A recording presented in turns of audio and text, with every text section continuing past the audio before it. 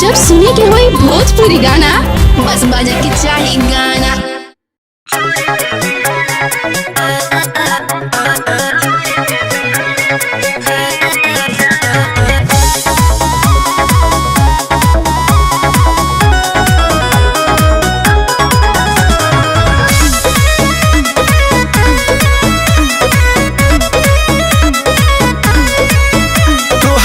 हर के बेड कमजोर बड़ुए मारा चढ़ल जवाने हेलर बड़ुए तोहर नहीं हर के बेड कमजोर बड़ुए मारा चढ़ल जवाने हेलर बड़ुए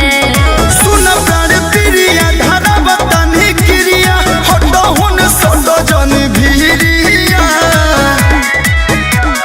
छोड़ी के बिहाने चल जाई बाबा लमुआ का खेल के जाई हजी झीरिया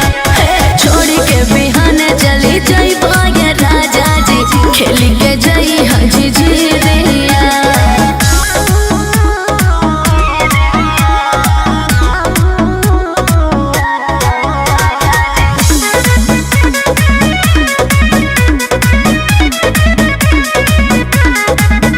जब यतना रहू उख महजल अच्छा काहे भौजी से नहीं बतैलू काहे नहीं हर से अपना ये धनिया का? तू तो पहलंग पलाई के ले आइलू सखुआ शीशम के ले आई तू महंगा बा भोगा ये पिया राज भोगा हो ना मौका पे ताज खोजा हो हनु फरक तू सुते द होई जत न लुटे द बुते द न जल दीढ़ी बहरिया हर बुखाव न रे ना छोड़ी के बिहान चल जाई बाबा लमुआ ता खेल के जाई हची झेरिया छोड़ी के बिहान चल जाई बागे राजा जी खेल के जाई हम झिझेरिया।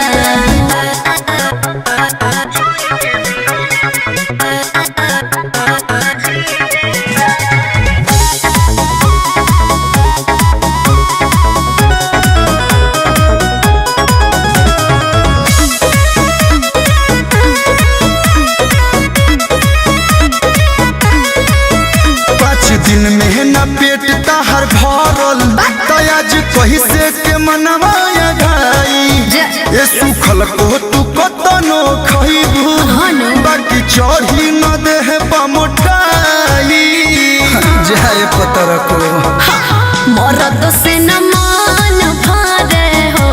दर्द पसान पारे हो कहे कलू पंकज की धके कमरिया न रोबरो शरीर से शरीरिया अरे तो कहाँ जाई छोड़ी के बिहान चल जाई बाबा लमुआ ता खेल के जाई हम जेरिया छोड़ी के बिहान चल जाई बाबा रे जाजी खेल के जाई हाजी जेरिया। कमाही न तो खइबू का अरे रउआ भोजन से कम बने